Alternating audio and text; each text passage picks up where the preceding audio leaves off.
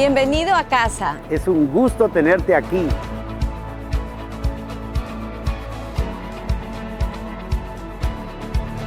Esta es la casa de Dios, donde habita su presencia. Su gloria fluye en la reunión de los santos. Sus ojos están abiertos, sus oídos prestan atención A la oración en este lugar. Un día en la casa de Dios es mejor que 1000 fuera de ella. Somos parte de un propósito eterno. El diseño divino está en ti.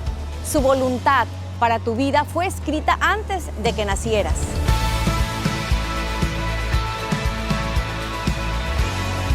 Recuerda, Eres hijo de Dios llamado a ser a su imagen y semejanza.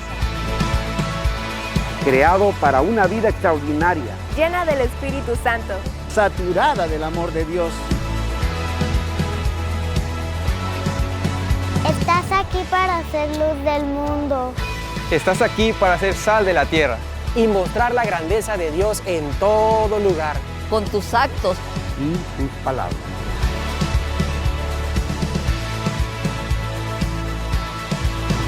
Adora a Dios. Alaba su santo nombre. Exáltale porque Él vive. La iglesia siempre será tu casa.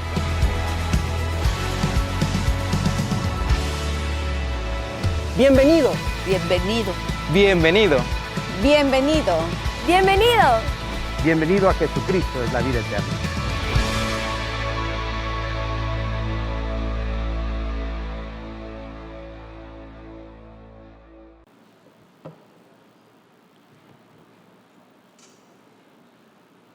Muy buenos días, mis hermanos. Dios bendiga sus vidas. Damos gracias a Dios por la oportunidad de estar en este lugar.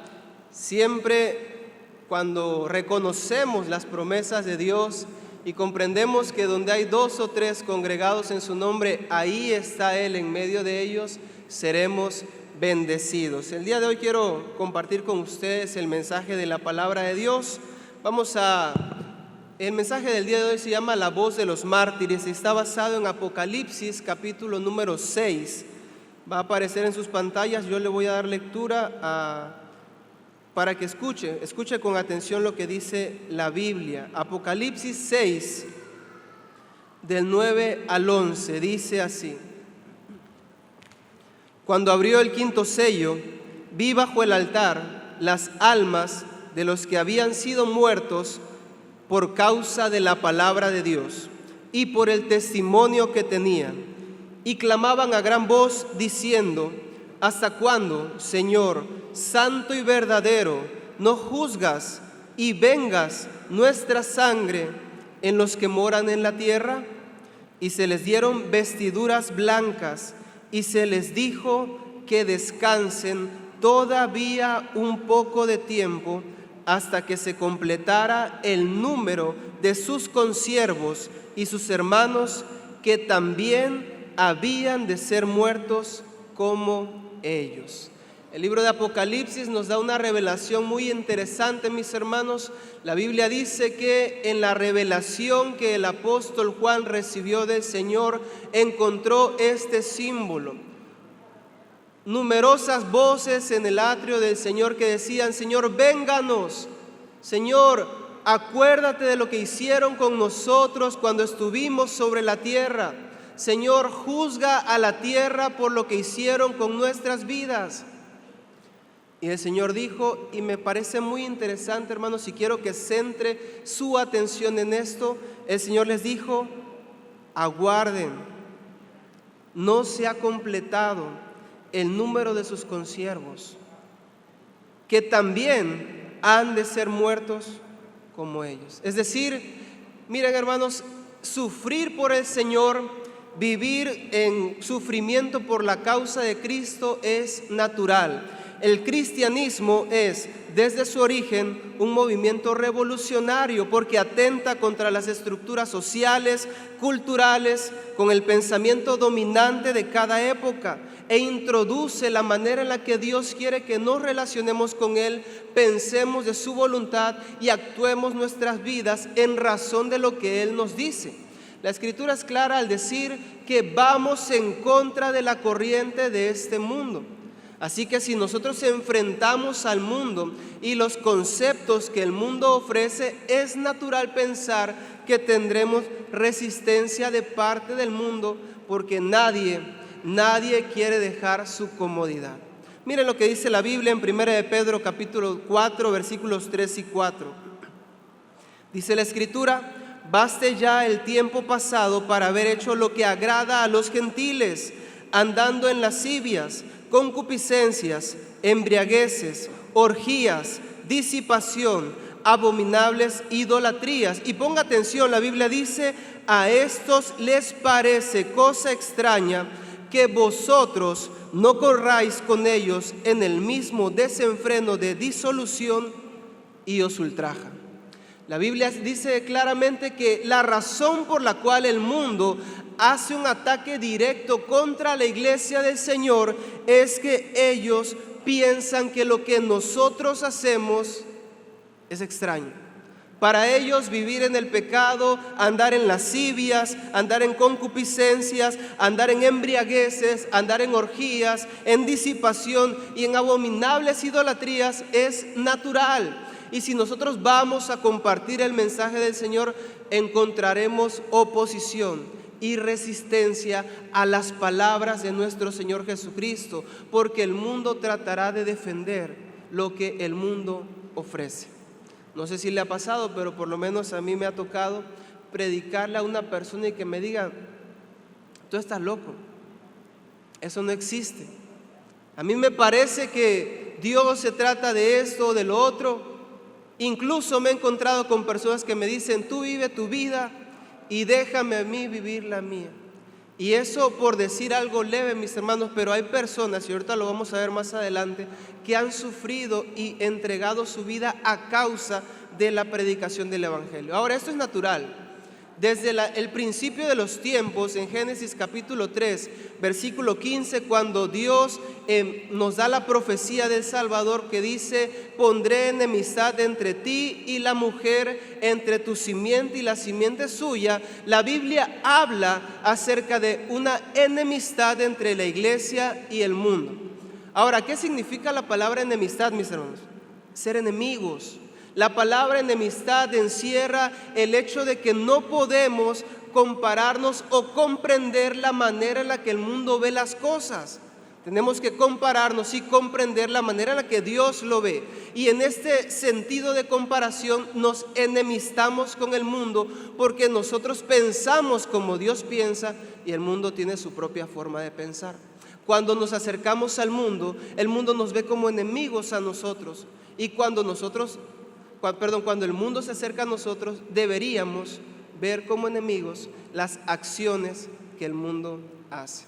Así que desde el principio de los tiempos la Biblia dice que habría una enemistad entre la iglesia del Señor y el mundo, los hijos de este mundo. Ahora, ¿qué dijo el Señor Jesús al respecto? La Biblia dice en Mateo capítulo número 5, versículo número 11, escuche con atención: bienaventurados sois cuando por mi causa os vituperen, os persigan, digan toda clase de mal contra vosotros, mintiendo.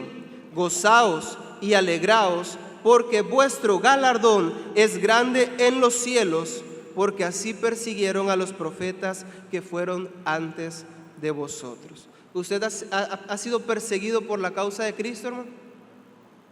Posiblemente no, posiblemente sí, pero la Biblia dice: siéntete bienaventurado cuando por la causa del Señor Jesús te vituperen y te persigan. Luego el Señor Jesús dijo en Lucas capítulo número 12, versículos 11 y 12: cuando os trajeren a las sinagogas y ante los magistrados y las autoridades, no os preocupéis por cómo habréis de responder o qué habréis de decir, porque el Espíritu Santo os enseñará en la misma hora lo que debáis decir. Muchos de nosotros, incluyéndome, he leído este versículo y al pasar al altar o estar predicando en una célula digo: yo confío en la promesa de Dios que dice que Él pondrá las palabras en mi boca. Sí, y gracias a Dios por esa promesa. Pero el contexto de la promesa dice, Dios pondrá esas palabras en tu boca cuando te traigan a la sinagoga, cuando te traigan ante los magistrados y tengas que responder por causa de tu fe. ¿Usted ha tenido que hacer eso? Yo no. A mí no me han llevado ante un juez para decir, ¿tú por qué crees en Jesús? No, no me ha sucedido hasta ese momento. Juan capítulo 16, versículos 32 y 33 dice, estas cosas os he hablado para que en mí tengáis paz. En el mundo tendréis aflicción, pero confiad, yo he vencido al mundo. ¿Cuántas veces no hemos leído este texto al estar en problemas y decimos, yo tengo que confiar en el Señor porque Él ya venció al mundo? ¿Saben, hermanos? El contexto en el que el Señor dice estas palabras es el mismo. Él dice, llegará el tiempo en el que serán perseguidos y se dispersarán y nadie quedará conmigo, dice el Señor. Y yo les hablo estas palabras para que en mí tengan paz. Es decir, la aflicción de la cual habla la Biblia en Juan 16 es justamente esta. Aflicción nuevamente por la palabra del Señor. Aflicción nuevamente por el Evangelio de nuestro Señor Jesucristo. Aflicción por la fe que profesamos en Dios. Ahora, usted y yo al leer esto o compartir estas palabras podríamos pensar que es difícil comprenderlo, ya que nuestras circunstancias son diferentes. Pero mire lo que dice la Biblia en el libro de Hechos, hablando acerca de la muerte de Esteban. Saben, después de que el Señor Jesucristo murió sacrificado en la cruz del Calvario, sucedieron después de él unas muertes a causa del Evangelio. Reportadas en la Biblia tenemos la de Esteban, pero vamos a hablar de algunas otras. La Biblia dice en el libro de Hechos, pero Esteban, lleno del Espíritu Santo, puestos los ojos en el cielo, vio la gloria de Dios y a Jesús que estaba a la diestra de Dios. Y dijo, he aquí, veo los cielos abiertos y al Hijo del Hombre que está a la diestra de Dios. Y escuche, dice la Biblia, entonces ellos, dando grandes voces, se taparon los oídos y arremetieron a una contra él, y echándole fuera de la ciudad, le apedrearon. Y los testigos pusieron sus ropas a los pies de un joven que se llamaba Saulo, y apedreaban a Esteban, mientras él invocaba y decía, Señor Jesús, recibe mi espíritu. Y puesto de rodillas, clamó a gran voz, Señor, no les tomes en cuenta este pecado. Y habiendo dicho esto, durmió. Muchas veces hemos hablado acerca de la vida de Esteban y lo consideramos el primer mártir de la iglesia, porque dio su vida por el Evangelio, porque la Biblia dice que estando él compartiendo la voluntad de Dios para el pueblo, la gente alrededor de él se enardeció porque pensaban que lo que les decía era blasfemia y se arremetieron, avanzaron en contra de Esteban haciéndole daño. Lo lapidaron. Le lanzaron piedras hasta que Esteban perdió el conocimiento y al final murió. ¿Por qué murió Esteban? Por el Evangelio, por la fe en nuestro Señor Jesucristo, por la palabra de Dios. Por eso murió Esteban. La Biblia no nos habla acerca de la muerte del apóstol Pablo. Queda en la oscuridad de la historia bíblica, pero lo que sí nos dice la Biblia es esto al respecto de su conversión. Escuche con atención Hechos capítulo 9, versículo número 15. El Señor habló con Ananías para ir a buscar a Pablo y le dijo, ve, porque instrumento escogido me es este para llevar mi nombre en presencia de los gentiles y de reyes y de los hijos de Israel. Y note lo que dice, porque yo le mostraré cuánto le es necesario padecer por mi nombre. Yo le mostraré a Pablo cuánto le es necesario padecer por mi nombre. ¿Ha considerado usted, amada hermana, ¿Ha considerado usted, amado hermano, que también su llamado de parte de Dios implica padecer por el nombre del Señor Jesucristo? Es parte del fundamento de nuestra fe. Muchas de las palabras del Señor Jesucristo tenían que ver con persecución, tenían que ver con aflicción por el Evangelio, tenían que ver con que la gente hablara mal de nosotros por la palabra que predicamos, no por un orden de vida desenfrenado, no porque estamos haciendo el mal. La Biblia dice: si hablarán mal de ustedes, será por el Evangelio. Bienaventurado cuando por mi causa los vituperen, dijo el Señor. ¿Ha considerado usted, amado hermano, amada hermana, que nuestra fe implica en cierta medida aflicción por causa del Evangelio? ¿O nos hemos vendido a la idea de un evangelio moderno, un evangelio ligero, en el que es más fácil o es mejor sentirse cómodo con lo que escuchamos que escuchar la verdad que el Señor nos está llamando a escuchar? Muchas veces, lamentablemente, he encontrado a alguno que otro de nosotros que cuando el clima no se siente bien abajo, se salen y dicen que me tengo que refrescar porque es que ya no aguanto el calor. ¿Será que Esteban aguantaba el calor el día que decidieron quitarle la vida? Muchos de nosotros con tristeza nos encontramos llegando a las 10 de la mañana al culto, porque es que como trabajo todos los días desde las 5 de la mañana, pues el domingo es mi único día de descanso. ¿Será que Pablo pensaba así? ¿Será que cuando el Señor lo llamó y le dijo: te voy a mostrar cuánto te es necesario padecer por mi nombre, Pablo le dijo: sí, Señor, lo que quieras, pero de lunes a sábado de 7 a 5, el domingo no me digas nada? La Biblia habla acerca de los sufrimientos de Pablo. Primera y segunda de Corintios hablan acerca de los sufrimientos de Pablo como apóstol del Señor. Y él enumera cuántas veces le lanzaron piedras, cuántos naufragios tuvo, cuántas veces padeció hambre, persecución, cuántas veces la gente le dijo: tú estás loco, Pablo. Y él lo dice. Pero lo que pasó con Pablo, mis hermanos, no significa que no tenga que pasar con nosotros. Posiblemente suceda también con nosotros. Lo que quiero decirles es: estemos preparados para ese momento.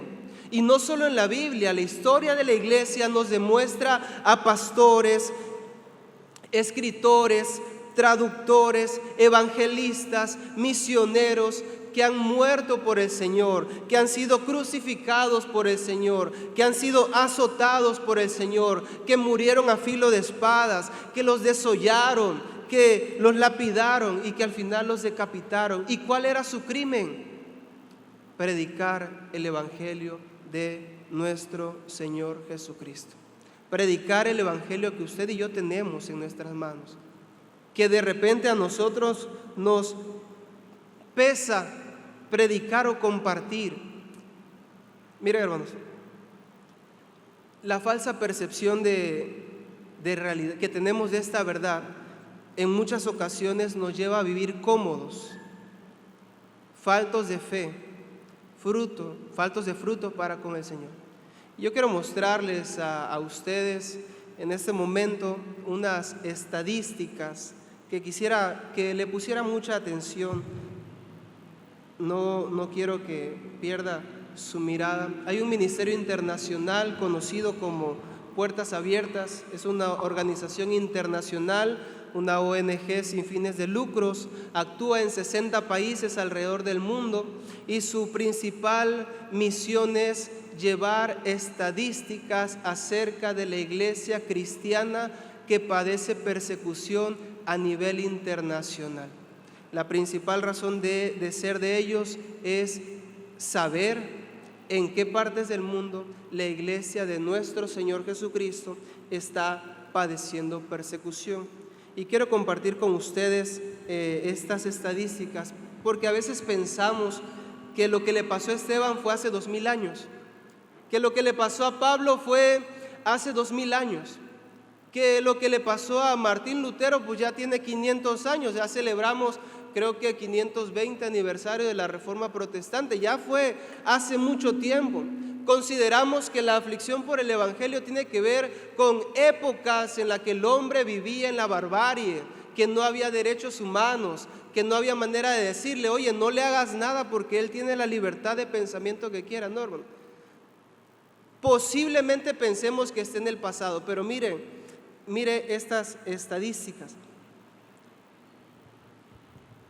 Según el Ministerio Internacional Puertas Abiertas, en el 2022, son estadísticas de este año, en el 2022, 5.621 cristianos fueron asesinados alrededor del mundo. Su crimen, ser cristianos. 5.621 personas murieron solo por decirse cristianos. 4.542 personas fueron encarcelados sin un juicio correcto, sin decirles, tu castigo es este, sin decirle, tú estás faltando a esta ley. Simplemente los tomaron, les inventaron alguna acusación y los metieron a la cárcel. ¿Cuál era su crimen? Ser cristianos. 5.259 personas fueron secuestradas alrededor del mundo por grupos paramilitares, por el crimen organizado, por algunos sectores de gobierno. ¿Cuál era su crimen? Profesar la fe en nuestro Señor Jesucristo. 2.110 iglesias fueron atacadas. Y no piensen ustedes que les robaron el piano, que se metieron a asaltar a los que estaban ahí, no. Lanzaron bombas, enviaron coches modificados para que cuando todos salieran del culto explotaran y la mayor cantidad de personas falleciera. 2.110 veces la iglesia alrededor del mundo se enfrentó con esta situación. ¿Cuál era su error? ¿Cuál era su problema? ¿Cuál era la razón por la cual les pasó esto? Ser cristianos. El Ministerio Internacional Puertas Abiertas dice que aproximadamente el año pasado, porque las estadísticas son del 2022, aproximadamente en 2022, 360 millones de cristianos alrededor del mundo fueron o padecieron amenazas y persecución a causa de su fe. 360 millones alrededor del mundo. ¿Esto qué significa? 1 de cada 7 personas alrededor del mundo padeció aflicción y persecución a causa de su fe el año pasado. 1 de cada 7. ¿Qué significa eso? 1, 2, 3, 4, 5, 6. Ese hermano posiblemente padeció. 1, 2, 3, 4, 5, 6. Esa hermana posiblemente padeció. 1 de cada 7. Ese hermano que está durmiendo allá posiblemente también padeció persecución. No, él es el 6. 1 de cada 7. La cifra se incrementa en África. En África, 1 de cada 5 creyentes en nuestro Señor Jesucristo padeció persecución y desplazamiento. Y en Asia, 2 de cada 5 creyentes en nuestro Señor Jesucristo padecieron persecución y desplazamiento. Miren, hermanos, hay lugares hoy en día, hay zonas geográficas a nivel mundial que la iglesia se está desplazando a otros países a causa de la persecución y la aflicción que están enfrentando. No es 1530, no es el año 37 después de Cristo, no. 2022 la iglesia del Señor está padeciendo y clama a Dios. Apocalipsis, lo que acabamos de leer, Apocalipsis 6, ¿hasta cuándo, Señor? Dios dice, espera, no se ha completado.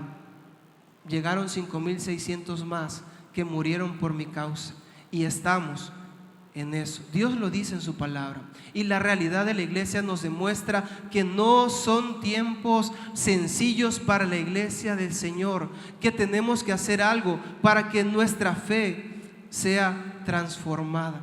Usted se preguntará, ¿cuáles son las razones? Bueno, las razones principales por las cuales fueron perseguidos son esas. Muchos de los creyentes en el Señor que fueron perseguidos, amenazados y desplazados por su fe, padecieron opresión islámica. Países como Irán, como Sudán, el propio Egipto, enfrentaron oposición de los musulmanes. Los musulmanes tienen un aspecto muy radical, y si saben que tú eres cristiano, te hacen daño. Haciendo la investigación del mensaje de hoy, encontré testimonios de mujeres que fueron hasta su casa, ¿no? Sabían que eran cristianas, fueron hasta su casa, las sacaron de su casa por el cabello y las lapidaron en el centro de la ciudad. Una mujer decía que su vecino se enteró que era cristiano, puso aceite a hervir en la cocina de su casa, le tocó a la puerta y le lanzó el aceite en la cara. ¿Cuál era su crimen? Que ella era cristiana y él era musulmán. Simplemente su fe fue la diferencia. Hay personas que enfrentaron persecución a causa del nacionalismo religioso. Por ejemplo, Nepal. Nepal es un país en el que la principal religión tiene que ver con el Dalai Lama. Hay muchos creyentes ahí que están siendo desplazados fuera, no quieren comerciar con ellos, no quieren hablar con ellos, los persiguen, les lanzan injurias, los vituperan. Su castigo, su crimen, tener fe en el Señor. Otros enfrentaron paranoia dictatorial. Corea del Norte es un país dictatorial. Hay testimonios de hermanos misioneros que para poder meter una Biblia en Corea del Norte tienen que hacer cosas impensables. Algunos de ellos dicen, tenemos que quitarle la portada a la Biblia y ponerle una portada que tenga que ver con el orden del gobierno. Así, a ver si aquel policía que va a registrar tus cosas ve el libro y dice, tiene que ver con nosotros, y lo deja pasar, ya lo hiciste. Si abre el libro y ve que es una Biblia, te llevan a la cárcel. ¿Y cuándo vas a salir? ¿Quién sabe? Pero está pasando hoy, mis hermanos. Y otro tanto, corrupción y crimen organizado. Por ejemplo, mis hermanos, Latinoamérica, uno podría pensar, bueno, es que en México y en Latinoamérica no suceden estas cosas. Sí, hermano. Colombia, Nicaragua, Panamá, México. Hay creyentes en el Señor que por enfrentar a los grupos del crimen organizado, por ayudar a los jóvenes que no se metan en las drogas o en las adicciones, el crimen organizado los ve como enemigos y dicen, vamos a atacarlos, vamos a matarlos. ¿Cuándo está pasando eso? Ahorita, mientras usted y yo estamos en la comodidad de nuestro asiento aquí en el templo del Señor, hay muchos hermanos alrededor del mundo que están diciendo, yo tengo que enfrentar aflicción, yo tengo que padecer persecución, yo estoy enfrentando situaciones que son muy difíciles. Se los digo, mis hermanos, porque necesitamos volver a nuestra fe en el Señor Jesucristo. Usted y yo podríamos considerar que estas circunstancias son un poco exageradas. Podría considerar conmigo que pues está pasando allá, pero no está pasando acá ahorita, hermano. Ahorita no nos está sucediendo a nosotros.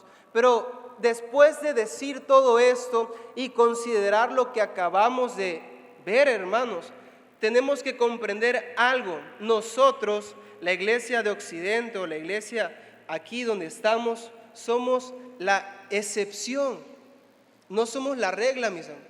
El hecho de que la iglesia no enfrente persecución y aflicción a causa de la fe no es lo normal.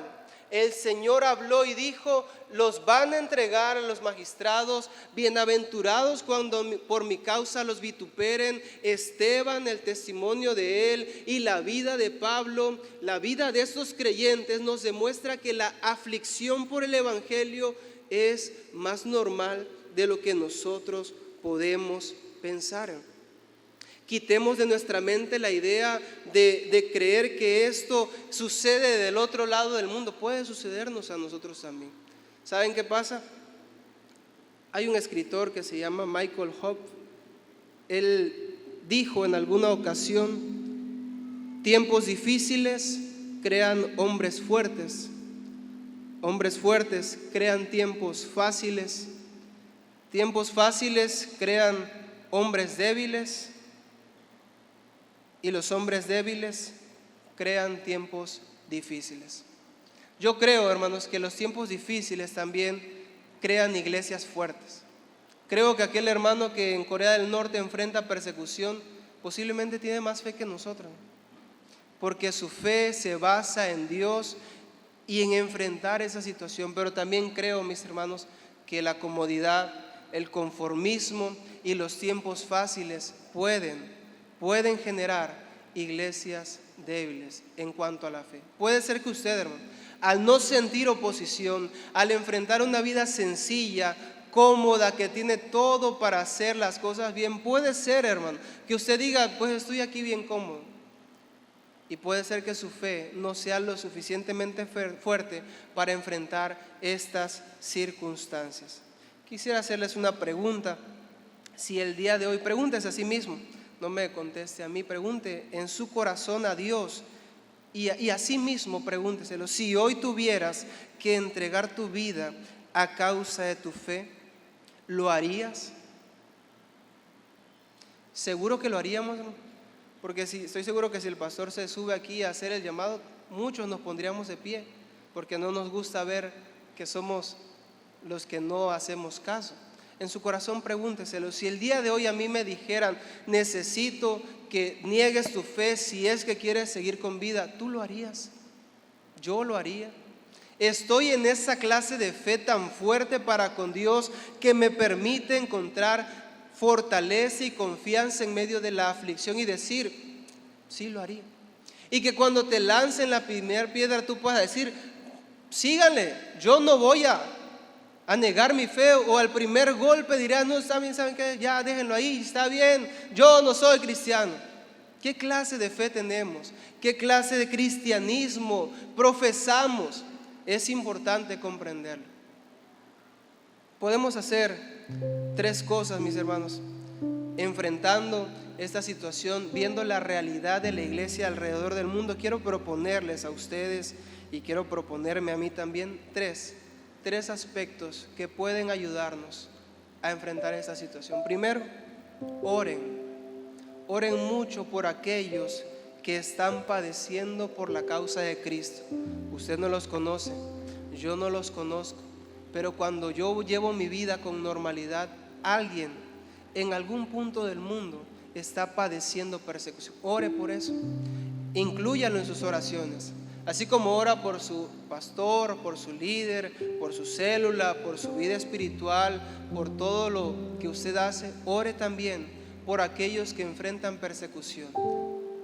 Ore por ellos, ore mucho, porque no es fácil.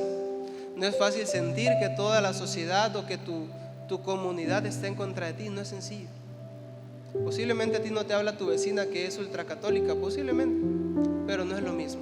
No es lo mismo que no te hable la vecina porque tú eres cristiana y ella es católica, a que vayan y se metan a tu casa, te saquen de los cabellos y te lancen piedras porque tú eres cristiano, porque no eres musulmán. Ora mucho por ellos. Ora para que el Señor los ayude. 2, comprométete con el Señor, con su iglesia.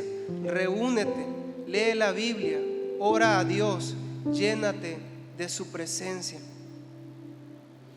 William Tyndale, en octubre de 1536, era un estudiante protestante, fue apresado, enjuiciado y sentenciado a morir en la hoguera.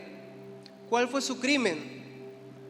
Decidió tomar los escritos originales del Nuevo Testamento, traducirlos al inglés, ir a Alemania a hacer copias de esos manuscritos e introducirlos clandestinamente a Inglaterra. Entregó su vida por hacer copias de la Biblia, porque Inglaterra tuviera la palabra de Dios en su idioma original. Él murió en la hoguera para que ellos pudieran abrir una Biblia que estuviera en su idioma y pudieran decir, esto es lo que dice la palabra de Dios. Usted tiene una Biblia en español, hermano, y quisiera yo preguntarle en esta semana que acaba de terminar, ¿cuántas veces usted leyó su Biblia? ¿Cuántas veces usted abrió su Biblia que está en su idioma y dijo, Dios me está diciendo eso el día de hoy? ¿Cuál es la diferencia entre aquel que muere en la hoguera porque la gente tenga la Biblia en su idioma y nosotros que teniéndola no estamos comprometidos con Dios? Haz un cambio, una transformación en tu mente. Hay personas alrededor del mundo que para poderse reunir tienen que levantarse a las 3, 4 de la mañana, salir de su casa sin hacer ruido para que sus vecinos no se enteren que se están yendo y se van a reunir. Y déjense ustedes cada semana, ¿no? Cada mes se organizan en las colinas, en las montañas, en los bosques donde nadie los vea y allá se reúnen una vez al mes. Un trayecto de 2 o 3 horas para llegar al lugar de reunión, lugar que será distinto el próximo mes por el miedo a que les caigan y que los apresen y que les quiten la vida. Pero usted y yo, cada semana se nos hace difícil llegar a las 9 de la mañana, llegar a las 10 de la mañana y hacer lo que tenemos que hacer. Número 3, predica la palabra. Predica la palabra hoy que estamos a tiempo, ahora que tenemos la oportunidad de predicar y de compartir el mensaje del Señor. Hermanos, hoy hay tiempo, mañana no lo sé, pero de lo que sí estoy seguro es que la sociedad a nuestro alrededor está generando un movimiento que no parece en este momento, pero que tarde o temprano tendrá que enfrentar al cristianismo. Y si para ese momento usted y yo no estamos listos, Dios tenga misericordia de nosotros, porque llegará el día en el que te digan, reconoce a esa persona como Él se quiere reconocer, y tú tendrás que decir, la Biblia dice algo diferente, y posiblemente te lleven a la cárcel por eso. Posiblemente llegue el momento en el que las autoridades empiecen a escuchar todos los sermones que damos aquí y nos llamen a la fiscalía y nos digan, usted no puede decir eso en el púlpito. ¿Y qué haremos nosotros? ¿Negar lo que la palabra de Dios dice? No. Allá tendrán que ir a pagar, mi esposa tendrá que ir a pagar la fianza, si es que hay. Pero va a llegar ese momento, hermano. No porque yo lo diga, porque la sociedad, nótelo usted, hermano, nos está enfrentando a esta situación. Hoy son minorías, pero están convirtiéndose en movimientos que tarde o temprano tendrán el control del gobierno y de la sociedad. Y la iglesia del Señor no puede, amada iglesia, ser indiferente a esta situación. Usted y yo tenemos que levantarnos con fe y el día que nos toque, entregar también nuestras vidas y decir, yo creo en Cristo y en la palabra de Dios, y la Biblia me dice, esta es la verdad para todo el mundo y hasta la muerte voy a llevar esta palabra. ¿Cuántos dicen amén? Pónganse de pie, por favor, mis hermanos.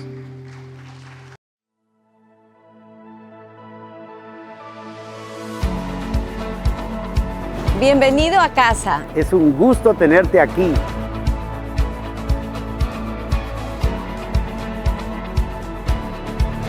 Esta es la casa de Dios, donde habita su presencia.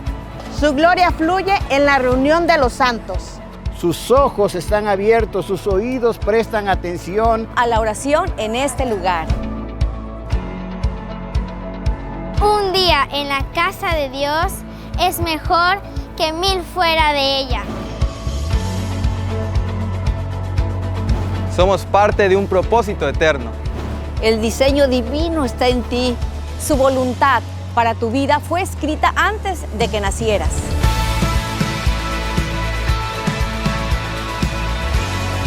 Recuerda, Eres hijo de Dios, llamado a ser a su imagen y semejanza. creado para una vida extraordinaria, Llena del Espíritu Santo. saturada del amor de Dios. estás aquí para ser luz del mundo. Estás aquí para ser sal de la tierra. Y mostrar la grandeza de Dios en todo lugar. Con tus actos Y sus palabras.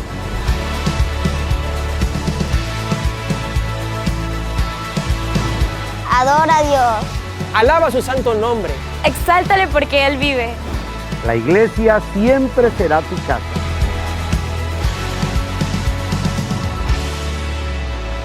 Bienvenido. Bienvenido. Bienvenido. Bienvenido. ¡Bienvenido! Bienvenido a Jesucristo es la vida eterna.